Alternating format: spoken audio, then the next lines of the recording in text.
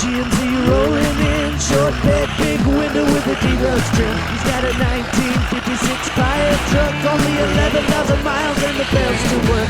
He's sharing it all on YouTube. Oh my god, that thing is bizarre looking. Down at the classic truck rescue.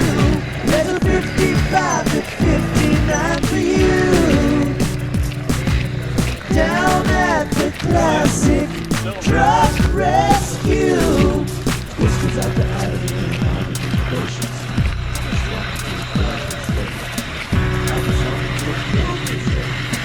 I was wrong until Cooper's ready. Oh, yeah! Over, baby! Now we got the good truck. He's sharing it all on YouTube. Down at the classic truck rescue. Just Rick and Jamie, little Annabelle too. Down at the classic truck rescue.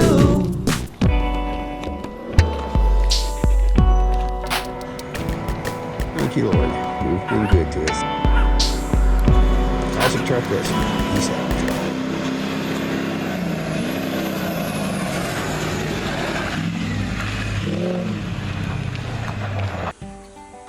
A viewer sent me a picture of this truck about 3 days ago. It was on Facebook, and it was at a scrapyard, auto recycling facility. You can see the piles in the background there, what happens to the vehicles after they get shredded.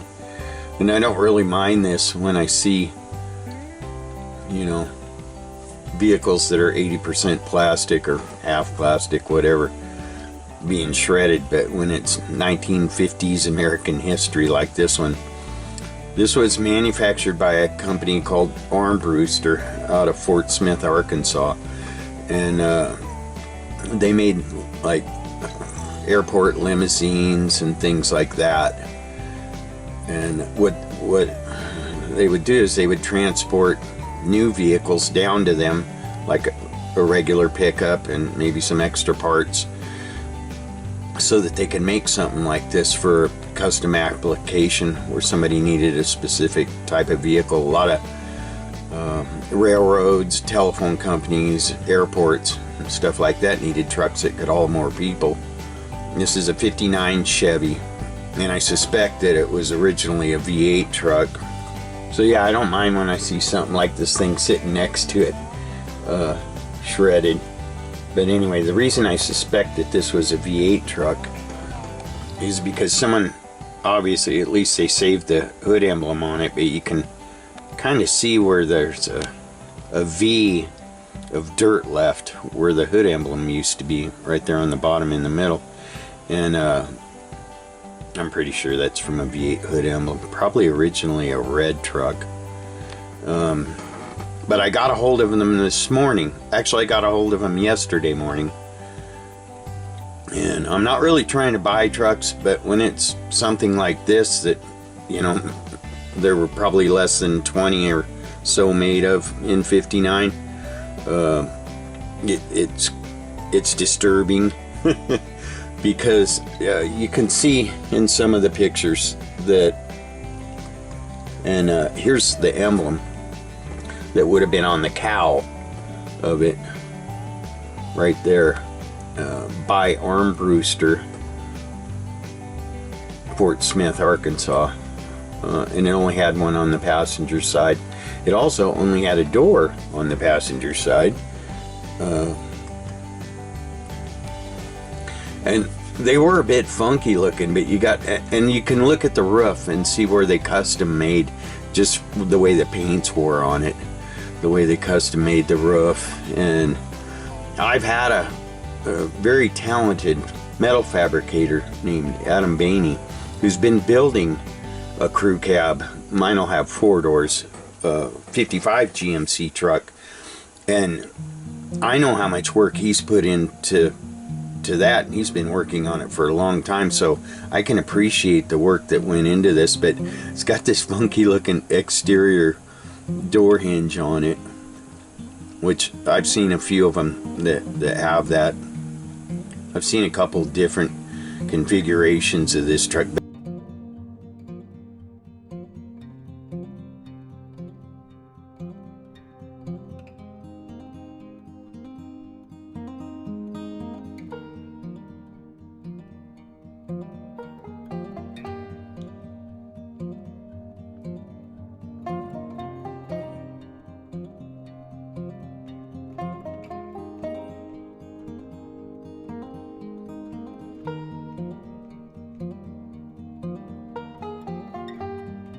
It's just, to me, this is sad. This is American history that just wound up like that, you know. And there's a law in Oregon once at a recycling facility, once a vehicle goes through the scales, it's illegal for them to resell it. And but I had called this morning, and I learned that yesterday. Yesterday when I called, I was trying to buy the truck. And trust me, when I find something like this, I'll go sell something just to get the money to go buy it. But when I come across something like this, I will go after it with everything I have. And I tried everything I could to buy it yesterday, and they kept explaining that they couldn't sell it because they could get in trouble.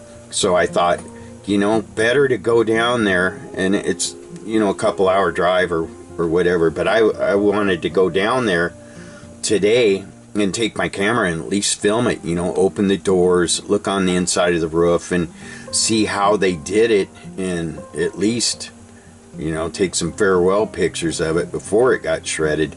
And the lady was talking to me on the phone, and she was saying, oh, that's a really good idea, except and then she got quiet, and I'm like, what? And she's like, well, when I was on the phone with you yesterday, it was actually being shredded, and I didn't know it. And so it's sad, but, you know, can't save all of them. And here's another one that I found. It's a bigger truck. Somebody shared this with me, and that's also a 3-door. They're out there, so if you know where one of these is, send me pictures of it, or go save it. Don't let it get smashed. Kind of sad. I've only had 2 cups of coffee this morning, and it's not a good way to start my day for me. A lot of people are like, oh, why you go and save these things? Look, it's all crusty and covered with mold and moss and everything. But there's so much that I could have learned just by looking at that truck about how they built it and all of that. And that's gone forever now. It'll be back next month as a, you know, tin cans or whatever. Sad. Classic Truck Rescue. This is why we do what we do, because that's gone forever now. And that company that built it, man, it's got a history going back in America as a coach builder to the late 1800s. And I believe they're still in business making limousines and stuff. But back then, I did a little research on the company, and back then, in the mid-50s, there were only 6 guys working there, and that's when they took off, and they ended up buying all the property around them and expanding. But this is the roots of an awesome American company. You know, probably guys that worked there were at D-Day in Normandy, or, you know, at least part of World War II. And a lot of ingenuity there, and another piece of American history dead. Classic Truck Rescue. Saying peace out to that 59 Chevy Armbruster special coach built truck. What's really impressive about these trucks is that they had to have combined a lot of parts off of different trucks to make these. This is from 55 to 59. You could order a Chevy or GMC truck called the Longhorn, and the Longhorn came with a 9-foot long bed on it. So the 3-door or crew cabs had to have been 1-ton trucks with the frame or chassis off of the Longhorn truck, because you can see that that would have given them the extra room for another door back here. And all the ones that I've seen don't have the steps on them, so they basically just took the steps off, and the cab on the 3 doors comes right up to the back of this fender. As you can see on that one right there, the back of the door goes right up to the front of the fender, and they don't have the step on there. Also, they had to have used some parts off of panel trucks, because one of the things that Adam, who's fabricating my 4-door truck, has had to deal with is this curve on the doors of these trucks right here. It starts out wide where the door meets the fender and the cowl, but then gets narrower in the back. So those aren't just flat doors, and they get progressively wider towards the back on the outside. The only way they could have overcome that is to use pieces off of a panel truck right there. And like I said before, you can see where they've modified the roof, because the roof also gets wider towards the back on a regular pickup. You can see the cab goes right up to the back fender there. This one's a little different from the other ones I've seen, in that it has the one door that opens in the back on the driver's side, whereas most of the ones that I've seen has that door on the passenger side. And I'm assuming that's because the passenger side was, if you were parked at the curb, that would be next to the sidewalk. I've noticed on a lot of my old 55 to 59 Chevy and GMC trucks that there will only be one door lock, and it's on the passenger side, and that's because people would slide over to the passenger side, get out on that side, and lock the door as they stood at the curb. At least that's what I've been told by the old timers. Heck, I'm an old timer now. But you can see on the panel truck how that curve at the front of the door is wider than the curve at the back of the door. But then if you have the panel truck, this sheet metal kind of retains the curve that's at the back of the door at least long enough for you to get the parts out. And that's why I took Adam some sheet metal off the side of a panel truck that he could use to fabricate my rear doors. And you can see how that curve stays the same, at least far enough for you to get the second door out. It does get a little different towards the back. It drops down a little bit. And you can see on these doors that they fabricated here how that curve stays the same. It's wider at the front of the door, then it gets narrower or less of a curve, and then stays the same through this door. That had to have come out off of a panel truck. So at minimum, they were at least sending a Longhorn truck down there, but they had to have sent a bunch of sheet metal for panel trucks. And I'm not saying they were sitting there chopping up panel trucks to send down there. They were just sending the skin before it got applied to a panel truck. Anyway, it's a shame that I couldn't have got down there and photographed this old guy before he got shredded. It is sad that it got shredded. The people did take down my phone number and promised me that if they had any more trucks that were oddballs or looked unusual to them, that are old, they'd give me a call and at least give me an opportunity to photograph them. Now on this one, you can see that they basically just took another pickup door and put it on the back, and I have to think that that must have been problematic, because as I said, you've got more of a curve on the front of the door than you do on the back.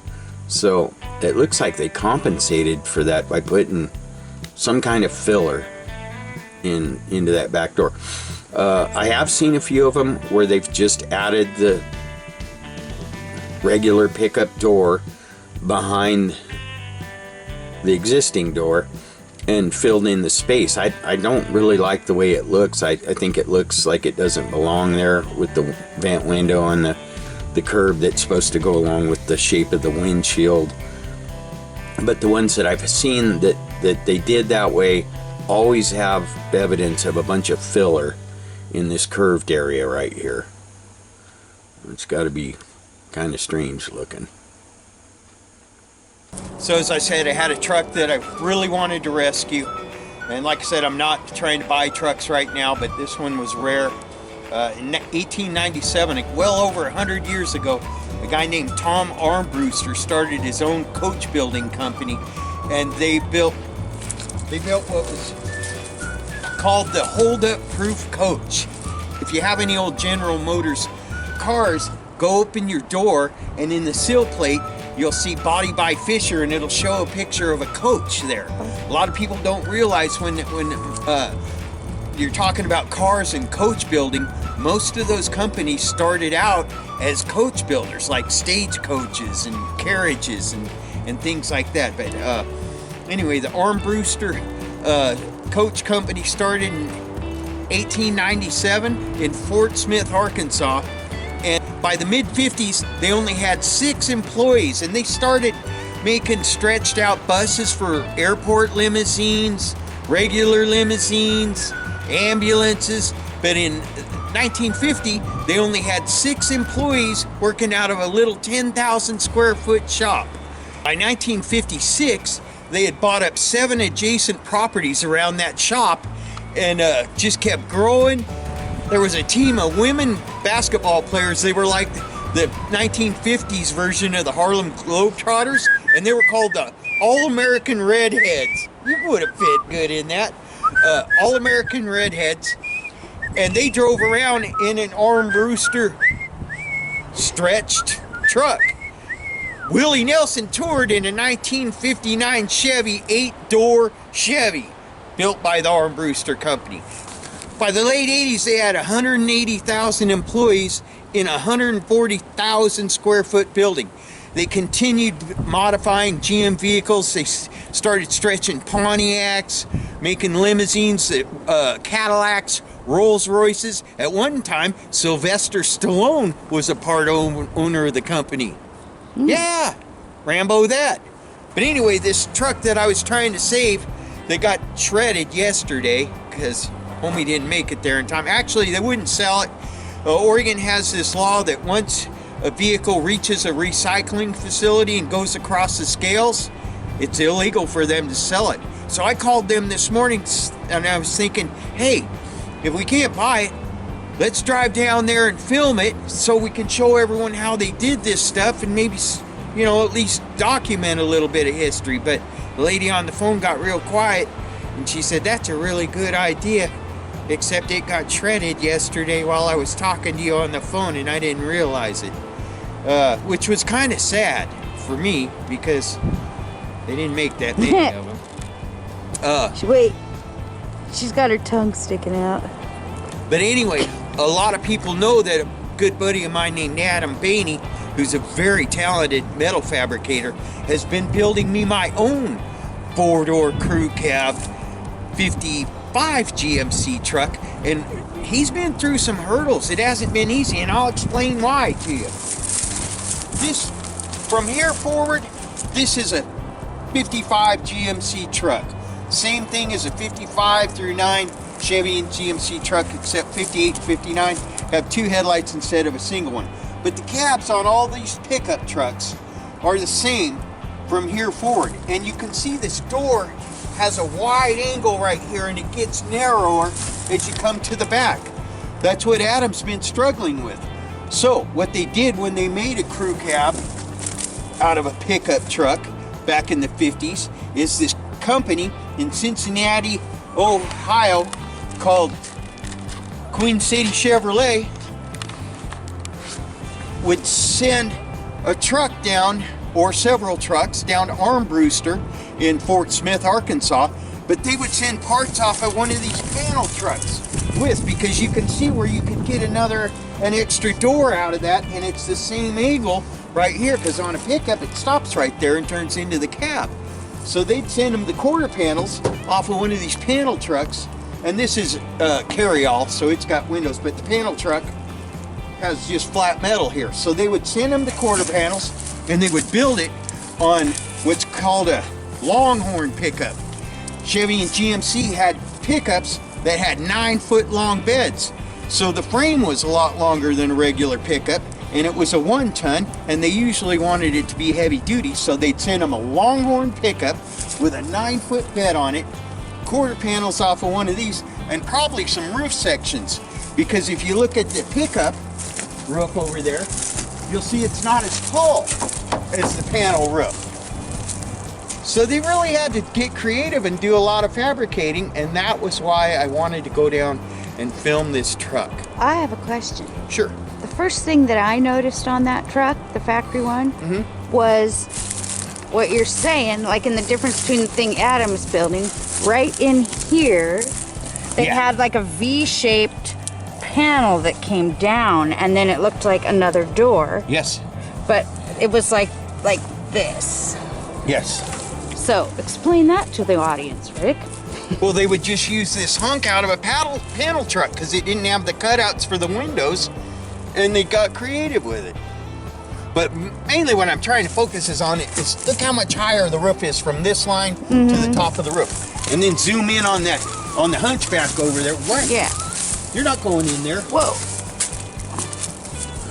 Yeah. So they had to do a lot of fabrication to make all that happen. But I'm going to show a bunch of different pictures of panel trucks, pickups. I'll throw a Longhorn in there. We've got a couple Longhorns. I'll throw on a the property. Longhorn in there. Yeah. And she really wants in this thing. The truck inspector general is wanting to do her job. Anyway, so we're going to run over to Adam's house. I'm going to bring him, so I've got some more fresh sheet metal for him to chop up and weld and everything and throw on Boomer. And I think he's made a little progress with my doors. And we'll tell a story of the one that got away. Next week, though, we're going to pick up the 1959 GMC fleet option pickup truck that we put a deposit down on 3 weeks Where's ago that or something one like at? that. You don't remember that one? It was out east of Salem. West of Salem. McMinnville. Yeah, out Monmouth. Monmouth. Monmouth. We're going to go pick it up next week, and we'll take you along with us. But right now we're going to run over to Adam's house, bring him some more goodies to chop up, because we know he likes his chopping stuff up and welding it, and see what kind of progress he's made on Boomer. And we'll just try to get through the rest of the winter. And I want to thank everyone that helped us. And we're going to shut that puppy down. And we're getting grapple. That's the new Oregon. We're getting a little grapple. That's the new Oregon People word. in Portland decided that they want to call freezing rain grapple now. We call it freezing It's rain. the first time we've ever heard that. It's grapple. Where's Yeah, if grapple? you get rain and it's slushy, we call that freezing rain. But apparently they want to start calling it grapple here in Oregon. G-R-A-U-P-L-E. Only in Portland, though. If you get outside of Portland and Eugene, they'll probably still call it freezing rain. Peace out. And then I did leave my contact information with the recycling company, and they said that if they came across anything else that was out of the ordinary, as far as a historical truck, that they would give me a call and at least give me an opportunity to come film it and document. We'll be back, right?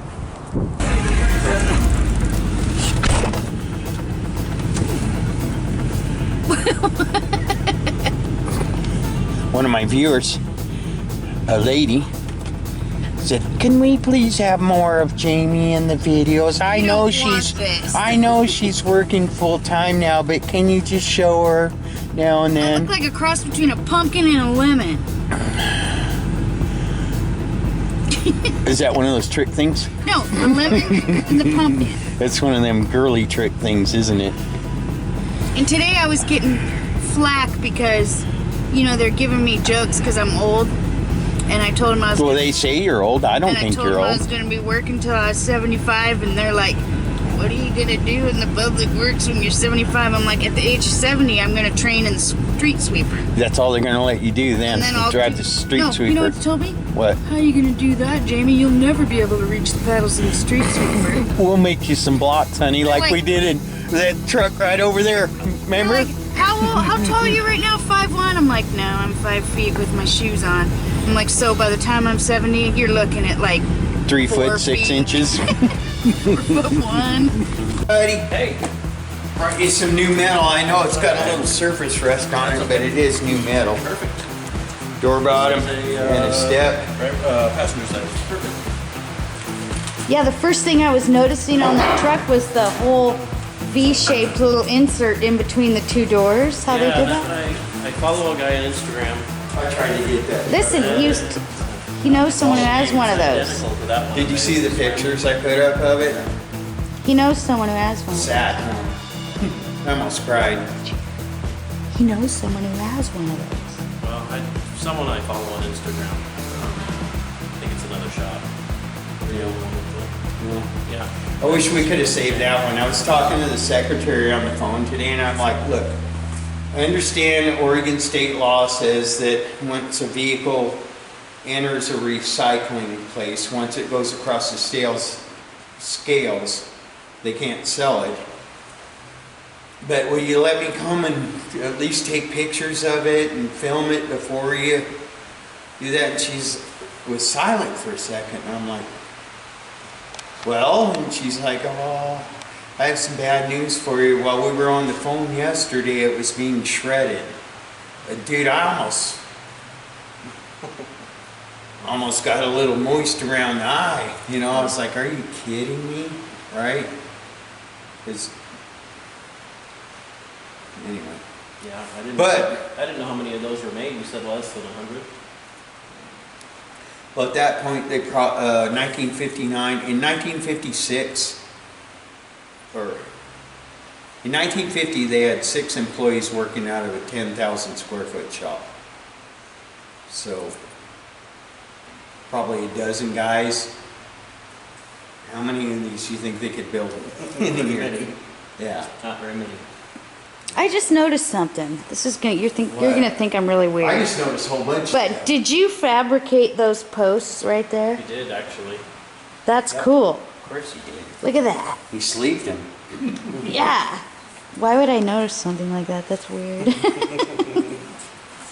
Oh, so you need a driver's side door bottom, don't I you? actually need 2. This one's going too, so I'll have to replace this one also. I'll have to do both of them. This door opens now too. Needs a little work yet, but there's 2 doors. Look at his face. That's cool. That's nice, brother. We'll gap the front. So You're pretty darn close I'll tape this out. See this gap in the back. I'll tape this out. That was the first time I ever opened the driver's side door on Boomer, right?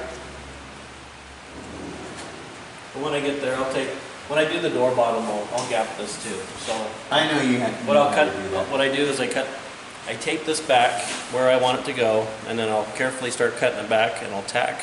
You got to keep the skin intact with the door shell, so you keep it pinched together. So that's my trick of gapping doors.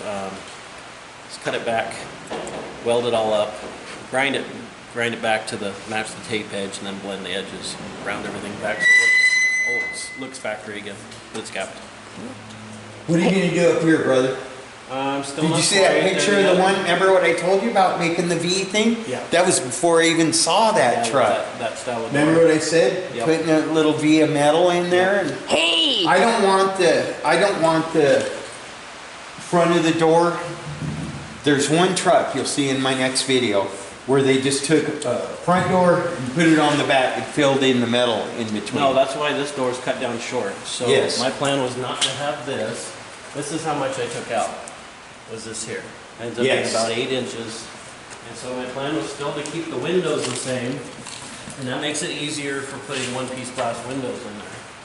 So this will be, up into place. Yeah. This will come down straight here.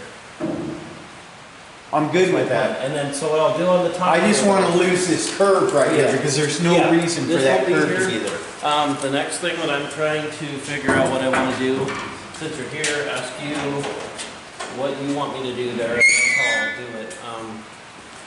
So the thought here is to keep this radius to match the front door, or bring this and square this off here in the front. So this is square here, the door is square, because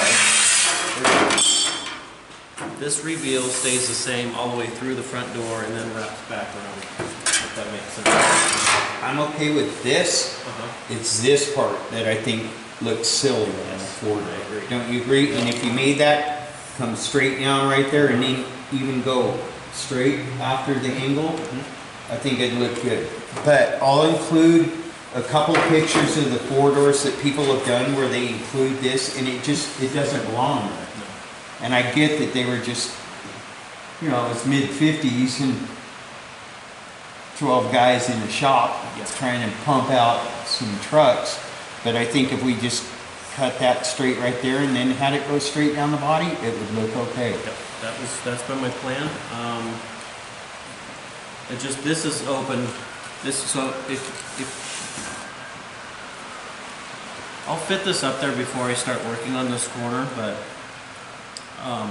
we'll get this up into place and then see which way we want to go. Because my thought is, to leave, like I said, to leave this radius in here.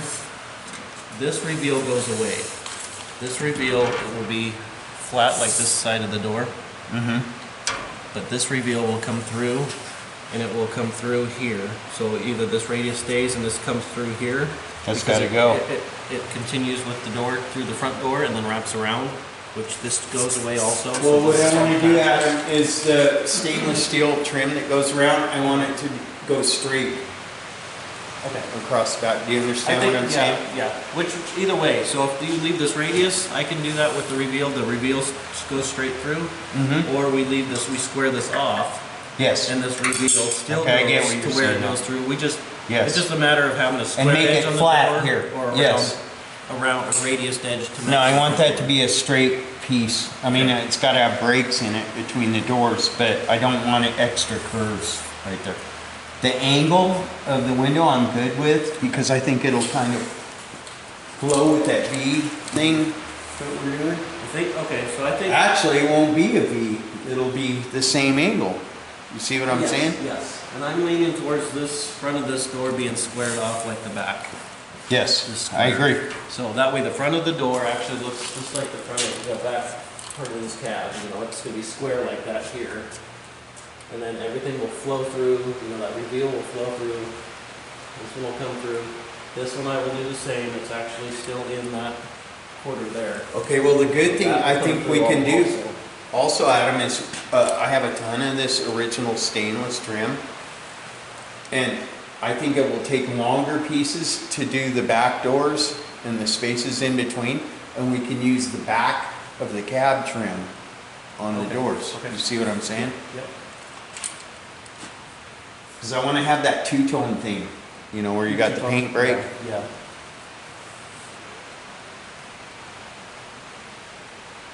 You didn't draw that, did you? That, no, I bought that at the swap meet several years It ago. looks like something Rick would draw. He just looked at me with the look like, hey, why don't you start drawing something, dude? Save me a bunch of time. Guilty. Right. All right, brother, looks good. Oh, and also, part of this video also is we're trying to explain how Armbruster went about building the original crew cabs in the 50s. And I already told somebody, I suspect, they used quarter panels off of panel trucks. And I explained why. I showed them how the doors get narrower at the back and everything. But I brought Adam two skins off quarter panels. That's going to make your life easier, right? And I'm pretty sure that's what they did with them. Adam put a lot of time and work into the roof on this, though, and I spent some time explaining how the panel truck roofs are higher, but you do have to use some panel truck roof because the roof also changes as you move further back, right? Yes, so when using the 2 single cabs in the rear cab, I braced up underneath. Sure. Underneath the, I don't have that bracing anymore, but I braced across the bottom of this cab on around to this cab underneath, so I kept the openings, this opening here, the same height, made sure everything is the same. And I cut into the cab, pulled the roof, well, I guess I had the roofs off. The inner structures I cut and actually pulled out to where they were parallel with the back of the front cab. So I think it's an inch and, I don't remember. The taper from the rear window, or the B pillar to the A pillar, I had to square up to the rear of the B pillar on the front cab. So I don't know what they did back then, but that's what I had to do here. Yeah, and you have better equipment than they did, right? Yeah. So those guys that were building those first crew cabs were probably majorly under the gun, because what Adam and I found out is it's not so easy. These trucks, close that door, Adam.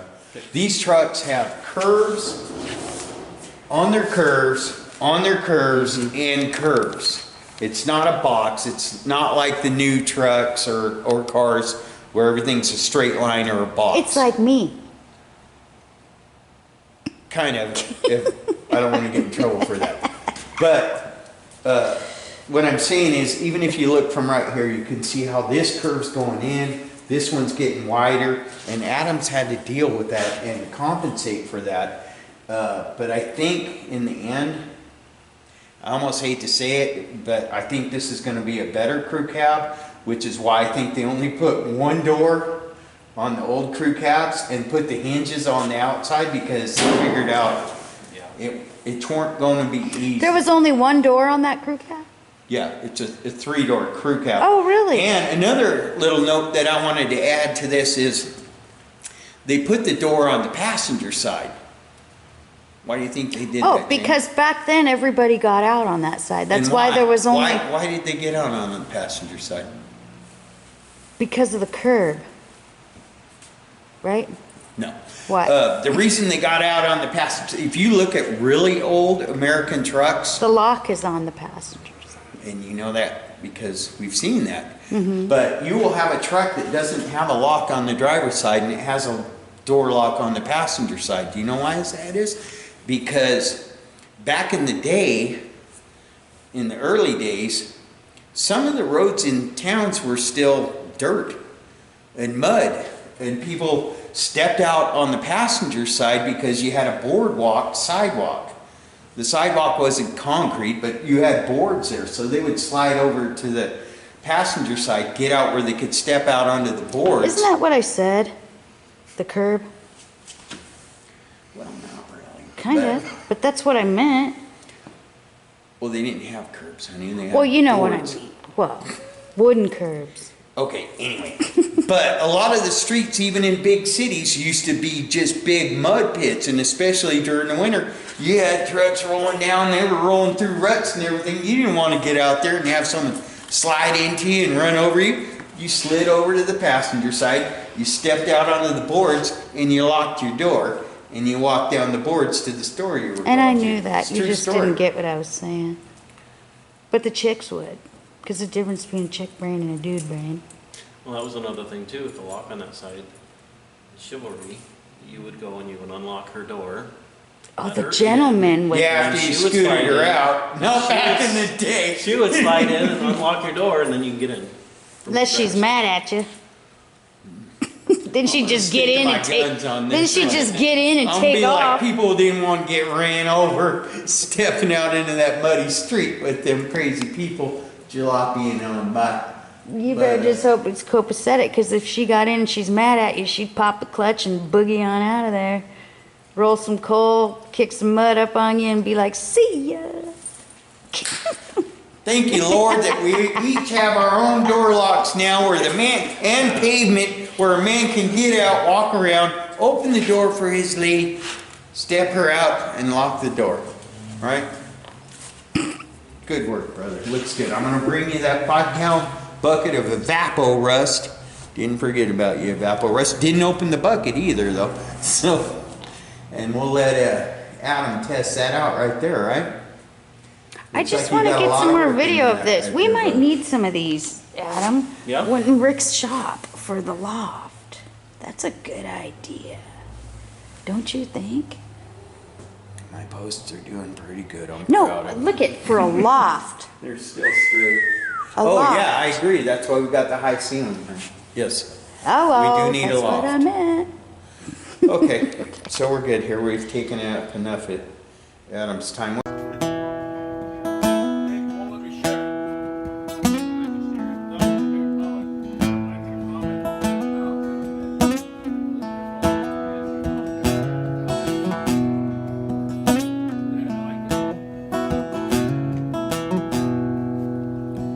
Just a man is bright and their dog, living the life they love, in classic truck rescue, a blast from the past. Why would they get with the times when, son, they're already living life in classic truck rescue?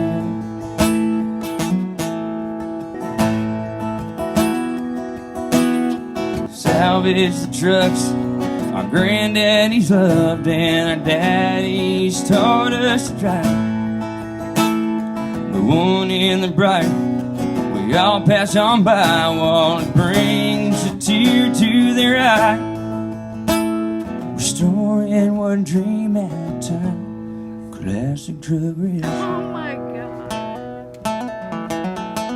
See, it's like a jingle.